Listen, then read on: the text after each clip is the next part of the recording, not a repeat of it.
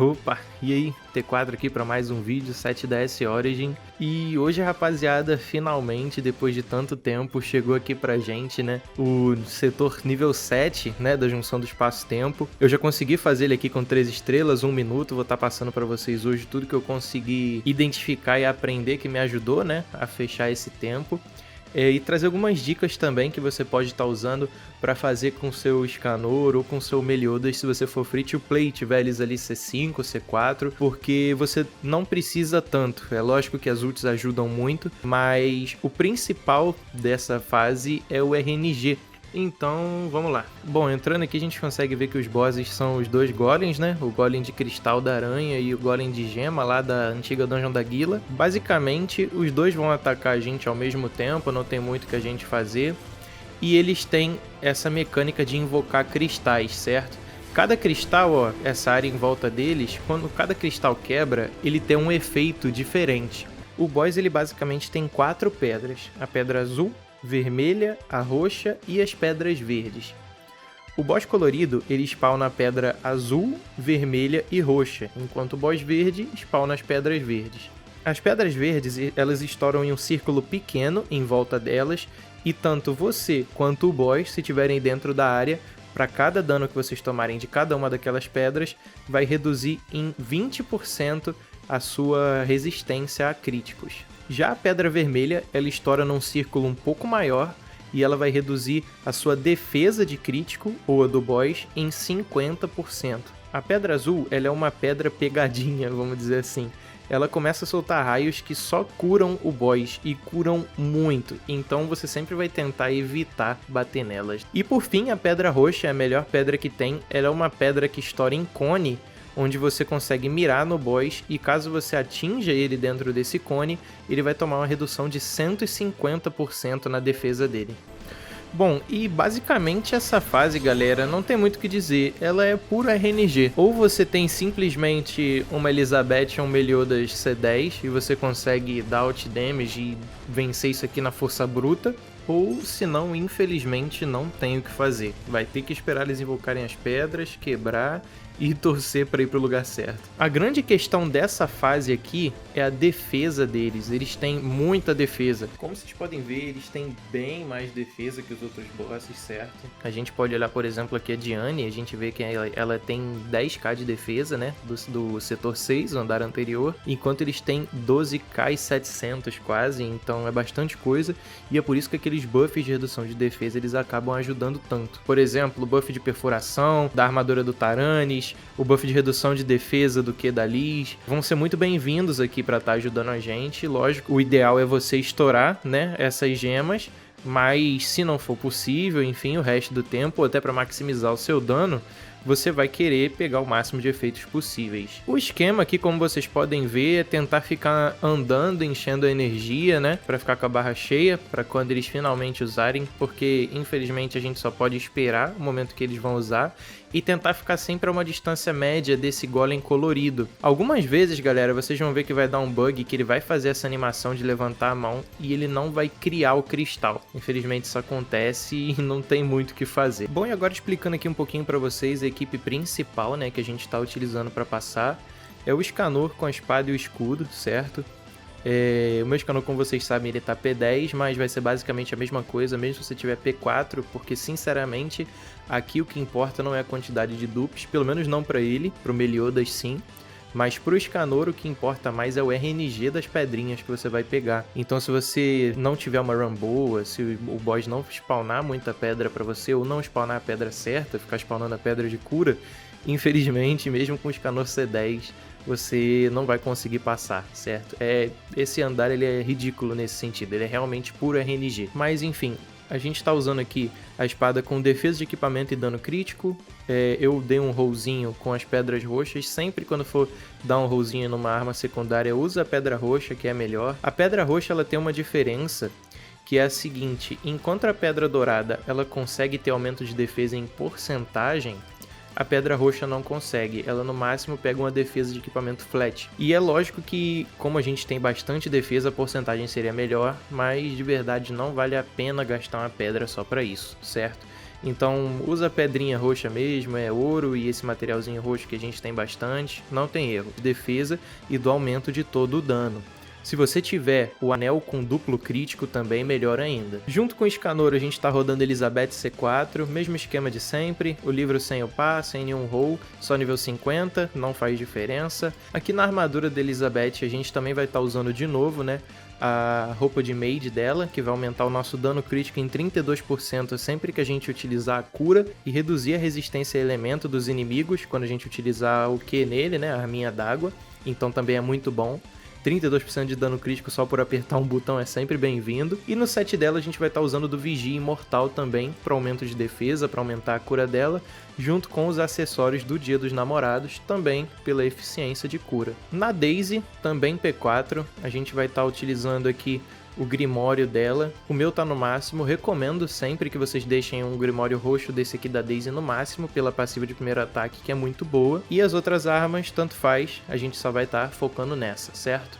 O rollzinho de ataque de equipamento padrão, pedra roxa. E aqui nos equipamentos a gente é um pouco mais livre.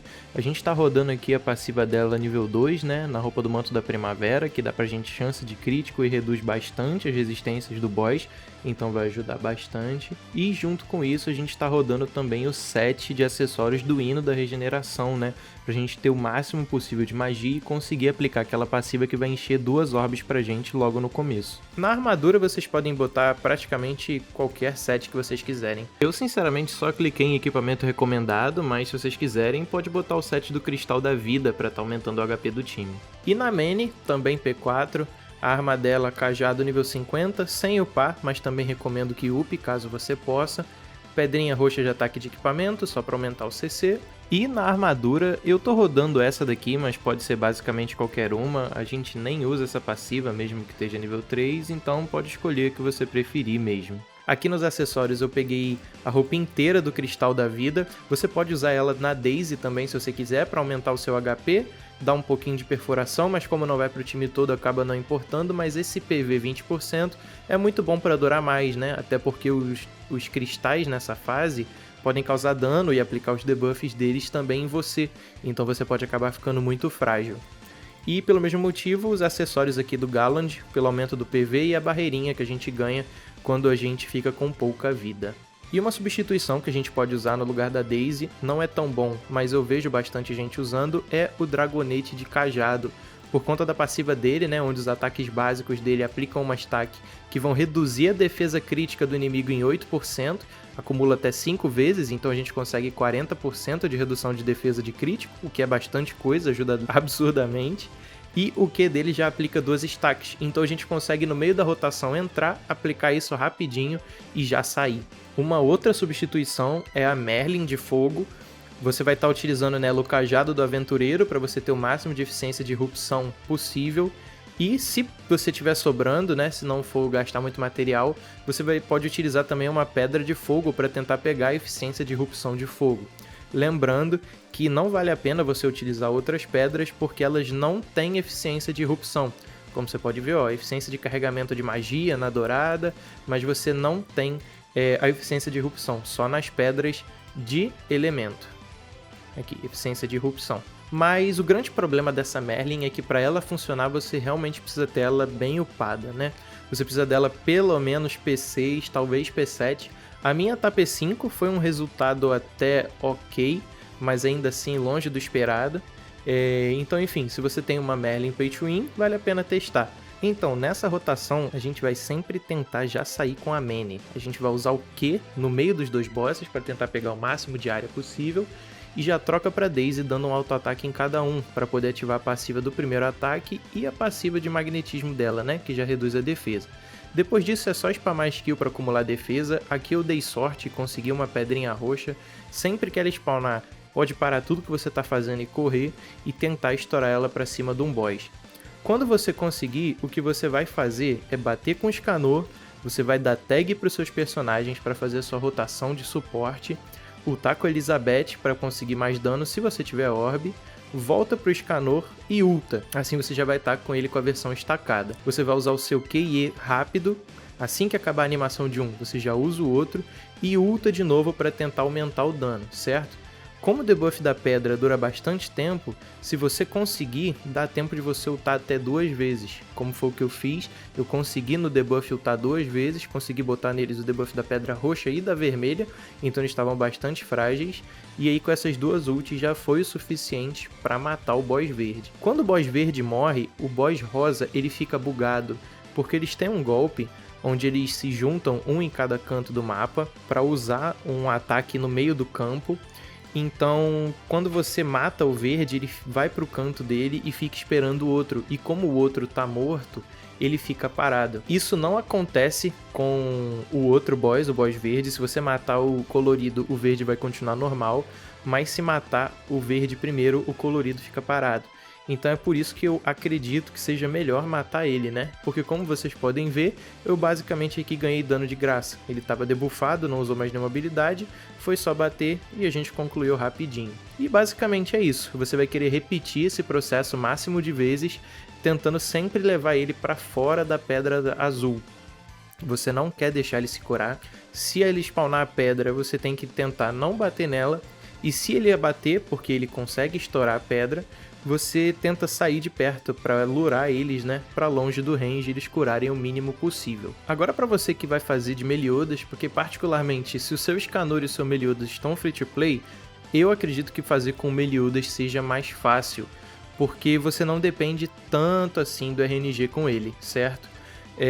No geral a rotação vai ser basicamente a mesma, a única diferença é que você vai usar a ult da Elizabeth para garantir que você vai conseguir usar, né, a perícia normal do seu Meliodas a maior quantidade de vezes sem ser jogado para trás, porque infelizmente esses bosses eles têm um knockback em praticamente todas as skills deles, e isso acaba cancelando o E do seu Meliodas e, lógico, fazendo você perder o cooldown e perder dano.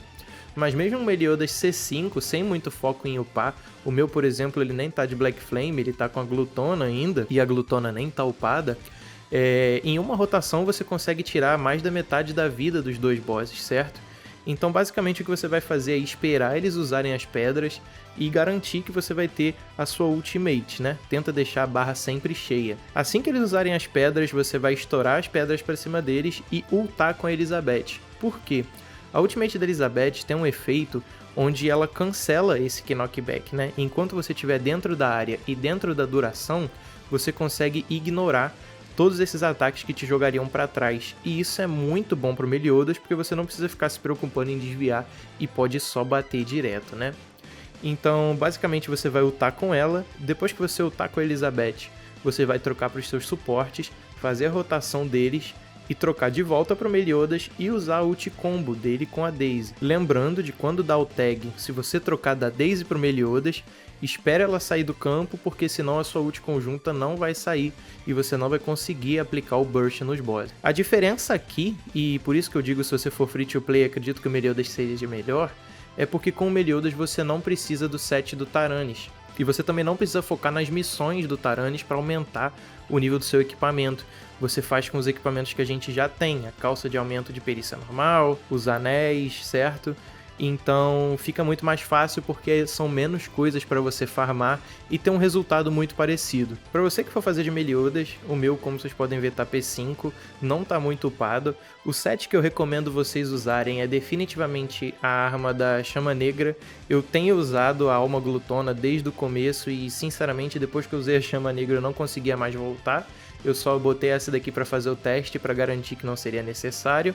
Mas, enfim, chamas negras sempre, a glutona do Meliodas ela ainda não vale a pena. E aqui nos equipamentos, a armadura que eu gosto de usar é a armadura gravada da espada, para a gente aumentar o nosso dano. Então, não tem erro, ela é padrão. O peito do Galland, para a gente estar aumentando a nossa chance de crítico e dano crítico. As calças do Vigia Silencioso, que a gente pega no último boss abismo que chegou. Quanto maior o nível da passiva, o nível do equipamento e o bônus de probabilidade melhor, porque os 3 aumentam o nosso dano de perícia normal, que é o E do Meliodas, certo? E é basicamente isso que a gente quer.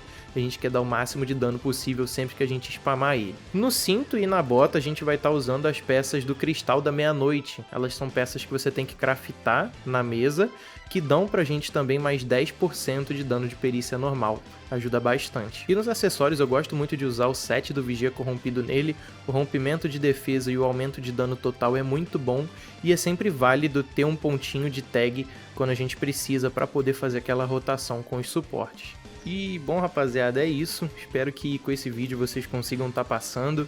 Esse vídeo não é focado em você fazer speedrun, até porque nem eu aguentei fazer speedrun nesse boss de tanta RNG que ele tem, mas ajudar vocês ali a conseguirem passar com as 3 estrelas, né, pegar todos os prêmios desse andar, e enfim, é isso, dá o like, se inscreve, até a próxima.